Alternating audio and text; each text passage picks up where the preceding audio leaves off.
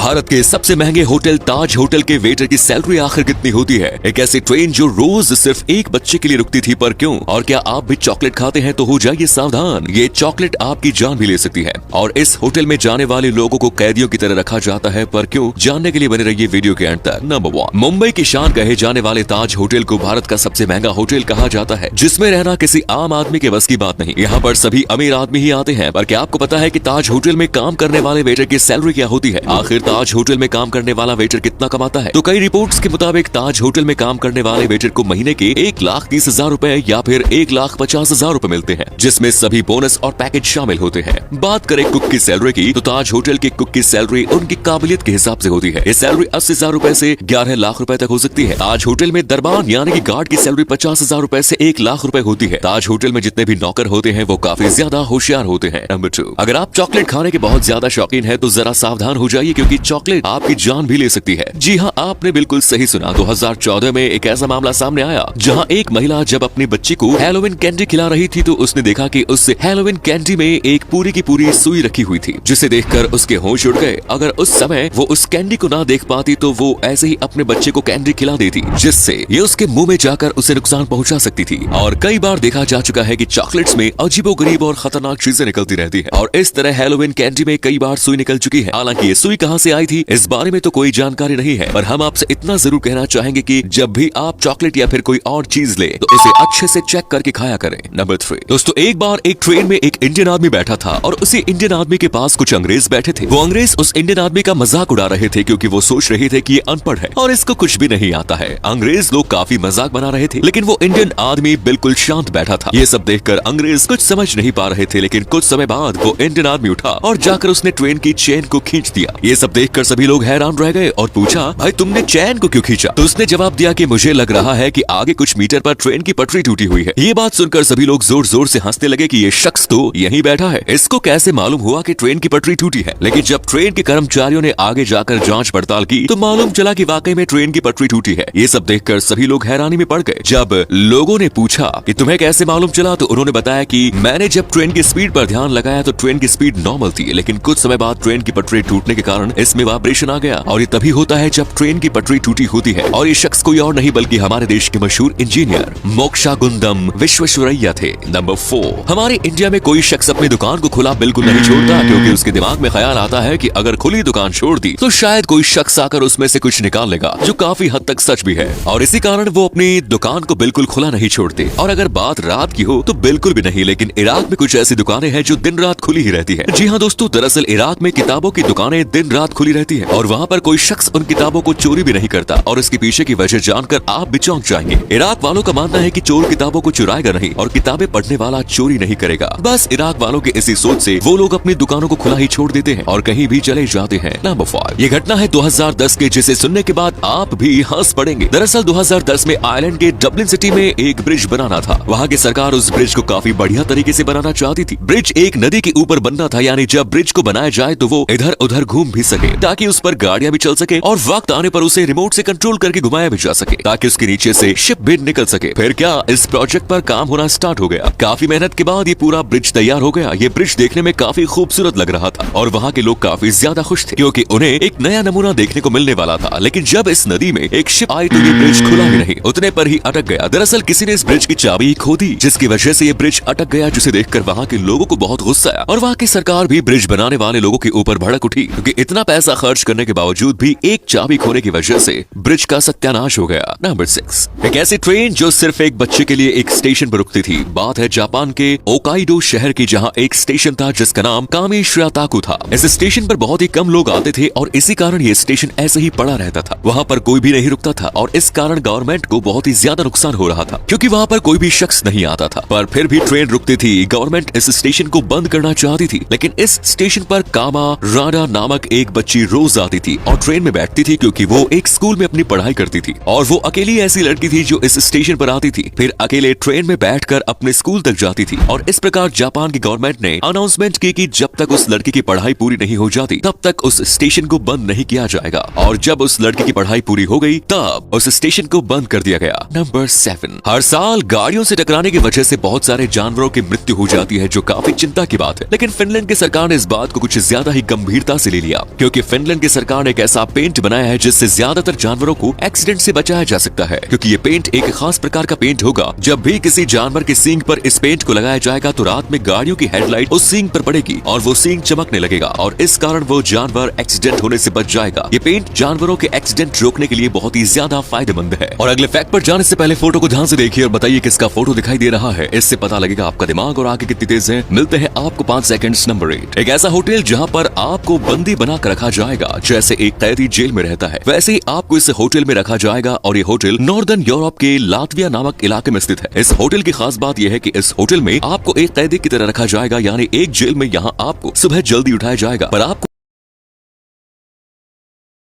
डरने की जरूरत नहीं है क्योंकि यहाँ पर लोग अपने आप रहने के लिए आते हैं। आपको बता दें कि ये होटल पहले एक जेल हुआ करता था, लेकिन अब इसको बदलकर एक होटल बना दिया गया है। बहुत सारे लोग यहाँ पर आते हैं और इस जेल वाले होटल में रहते हैं। ये अनोखा होटल बहुत ही ज्यादा प्रसिद्ध है। इस होटल में वो सभी काम होते हैं जो एक जेल में होते हैं। लोगों को इस तरह इस होटल में इसलिए रखा जाता है ताकि वो आजादी की अहमियत समझ सके। धन्यवाद।